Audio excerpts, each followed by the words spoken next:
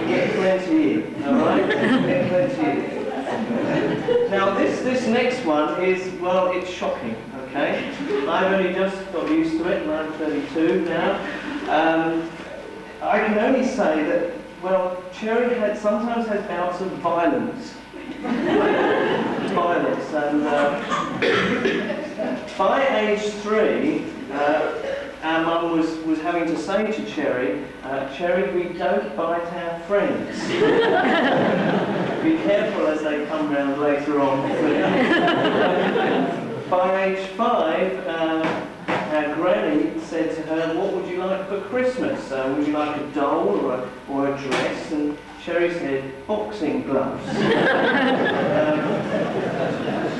So Peter, just a word of advice here. Be careful. Okay? Be careful. Actually, the number one thing in Cherry's life is Jesus.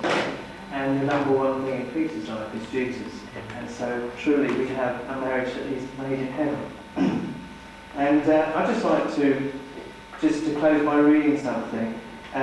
This is a version of 1 Corinthians 13 by J.B. Phillips. And we heard this morning how if we want a really successful Christian marriage, then we love with God's love. And this is a lovely description of God's love. The love of which I speak is slow to lose patience. It looks for a way of being constructive. It is not possessive. It is neither anxious to impress, nor does it cherish inflated ideas of its own importance. Love has good manners and does not pursue selfish advantage. It is not touchy. It does not keep an account of evil, or gloat over the wickedness of other people. On the contrary, it shares the joy of those who live by the truth. Love knows no limit to its endurance, no end to its trust, no failing of its hope. It can outlast anything. Love never fails. Ladies and gentlemen, will you join me in wishing the best to the bride? Men are made of clay, but there's only a woman who can make a mug of them.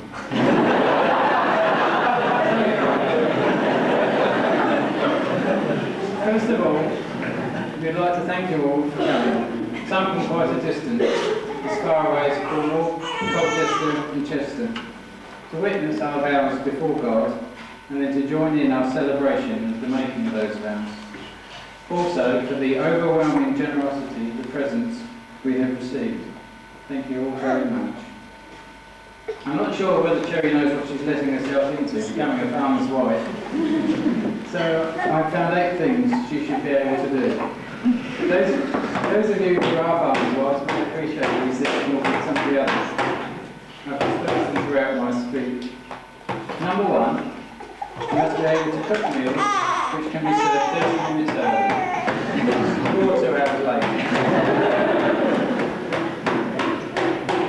Next, we offer our thanks to Colin, Patrick and Andrew for their help in pointing people in the right direction, both at the church and here. Thank you very much.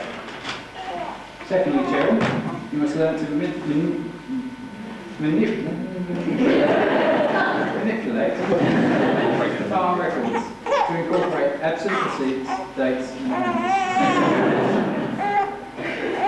Our thanks to the musicians for their part in making the service special, and for playing the fanfare which Gary Company wrote for us.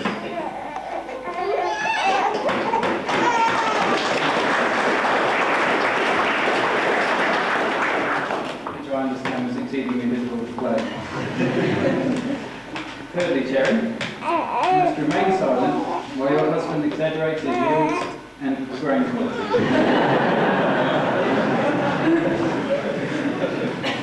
I'm sure you will agree with me how nicely decorated the 2 churches are.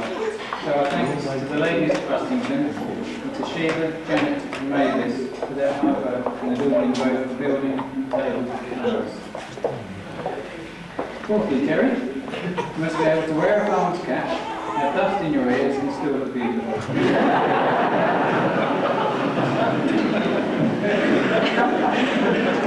I haven't seen her with a farmer's cap, but I've seen her with dust in her ears. I hope you've all had sufficient to eat, saving a piece of cake. So at this point, I would ask you to show your appreciation to Anne Wellington and her team for their long hours of repair.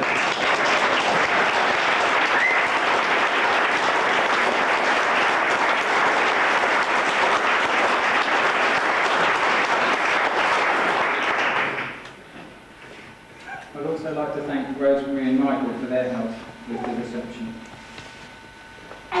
Fifthly, you must be able to flatter your husband's ego in the face of younger and stronger hired help.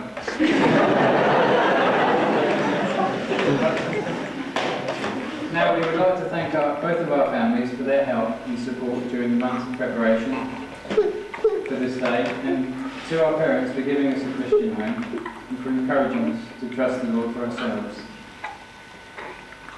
Sixthly, Sherry, you must be able to organise your time to keep a clean, active home and yard, can 50 pounds of tomatoes, freeze 100 cobs of corn, prepare interesting meals for tea, and drive to town for bonbon day.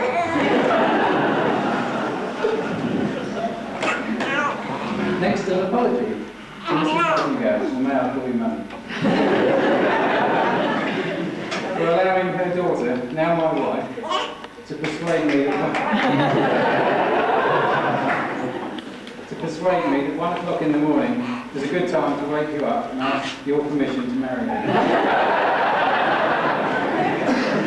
I don't know whether she thought you'd be so sweet and you'd agree to anything, or what the idea was, but it worked. Very much to the best girl in the world. An apology also to my mum and dad for giving them a shock, because they only knew officially she was my girlfriend about 3 weeks before.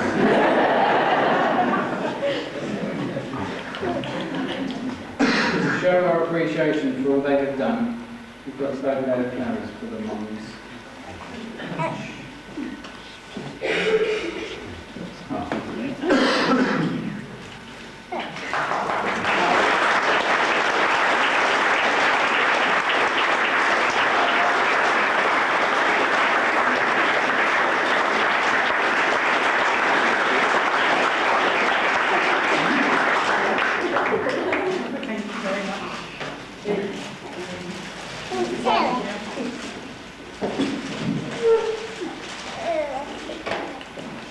Seventhly, you must spend quality time with your children, ensuring they are able to swim every day, do a stimulating craft, read the same book for the millionth time, and coach them how to be seen and not heard when they're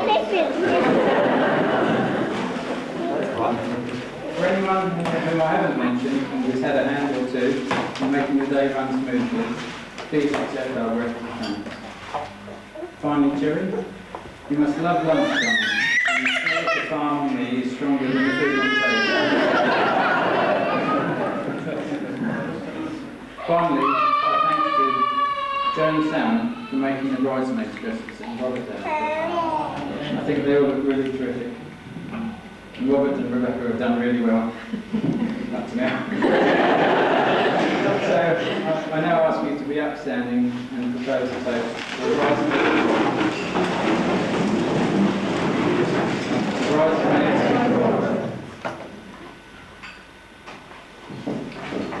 Back in half an hour.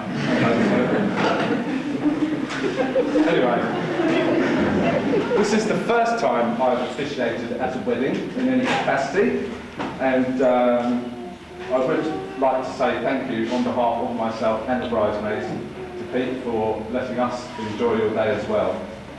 Thanks to Pete and Cherry and everyone for that. Now, looking around the church earlier, it's already been mentioned that people have come from far and wide. He came back to his parish in the Isle of Wight, and as he stepped off the ferry, someone said to him, "What's it like to be back?" And he said, "You know, it's lovely to see all these familiar old cows' faces again."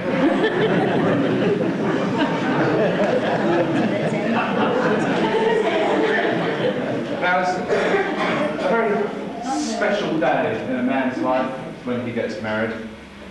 Earlier at the church, there were a few nerves, knees started to tremble, tummy started to wobble a bit.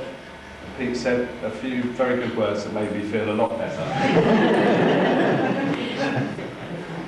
Now I understand at this point I'm supposed to tell a witty story about the groom, but I've known Pete now for about 6 or 7 years, and he's never done anything stupid in all that time. He's the most sensible chap I've ever known. But it's funny, being here in this sort of happy, sort of sit round the campfire sort of atmosphere does remind me of a story that I heard concerning someone who bears a remarkable resemblance to the groom. Now, it took place at Greenbelt some years back. Now, Pete and some other people decided they were a bit peckish in the evening, so Pete decided that it would be a good idea to put on the stove a large tin of baked beans and cook it all up for everybody. Now, it took quite a while because it was a small fire and all the rest of it. And it turned out that by the time they were cooked, everyone else had gone off the idea. Now, we all know what Pete's like about not wasting food. So Pete decided that he would eat the whole tin himself. I think it very nearly lost its name, Greenbelt, after that. And in fact, the man from the tent next door must have heard about this great feat of Pete's, because apparently he came across and asked if he could borrow some gas.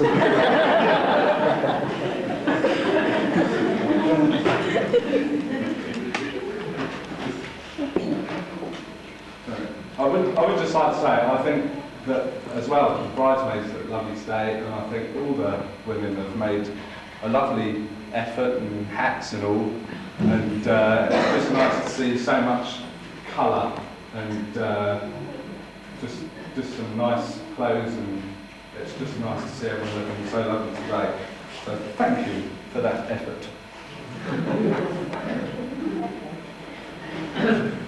Now, staying on the far and wide theme, I was at a wedding in Chester a while back, last year I think it was, wasn't it? And it reminds me, I'm reminded by that of another story I heard of a minister from up there who had to go to a girls' school and give a talk on sex, on the birds and the bees.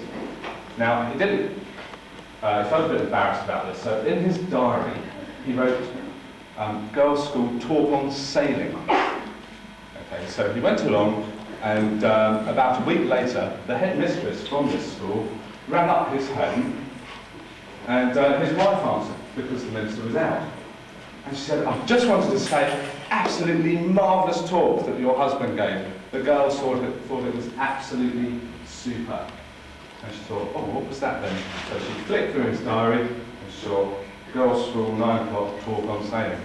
She said, are you sure? That was my husband. And she said, yes, the girls found it most helpful. And she said, well, I don't understand that. He's only ever done it twice. The first time he felt sick, and the second time his hat blew off.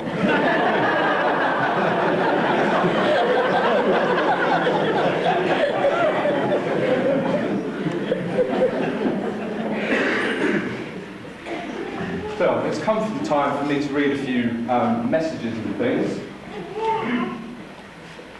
We have had a tele-message, as they're now called, not telegrams anymore. Which says to Mr. and Mrs. Gilbard, congratulations, wish we were with you, love Uncle Russell and Auntie Emmy. And have greetings from all the other great aunties and uncles in Cornwall.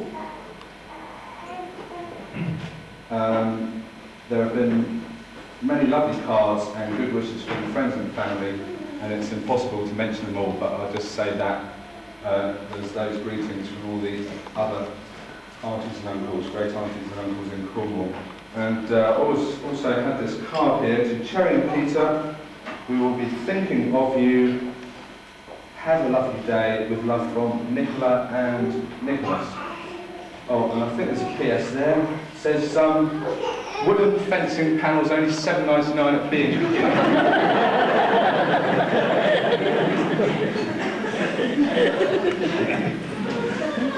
A couple of other messages, sort of messages, commentaries from some famous people.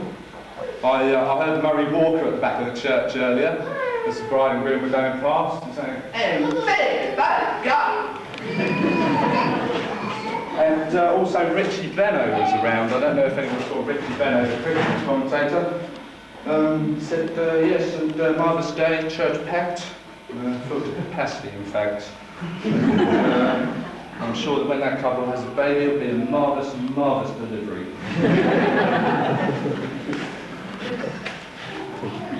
Anyway, just one last point, really, to finish off my speech. I've always known Pete to be a man of purpose, and I'm sure that together, Pete and Cheryl will be a couple with purpose. And that's what we all need to strive for, isn't it? Purpose. That's what we're striving for. We mustn't be purposeless. We must not exhibit purposelessness. So we must all be purposelessness.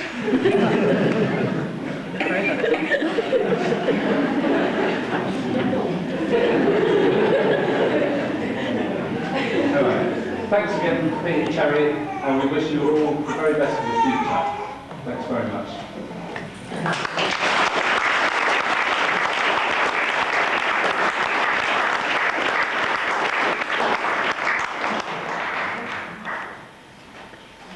Please talk among yourselves.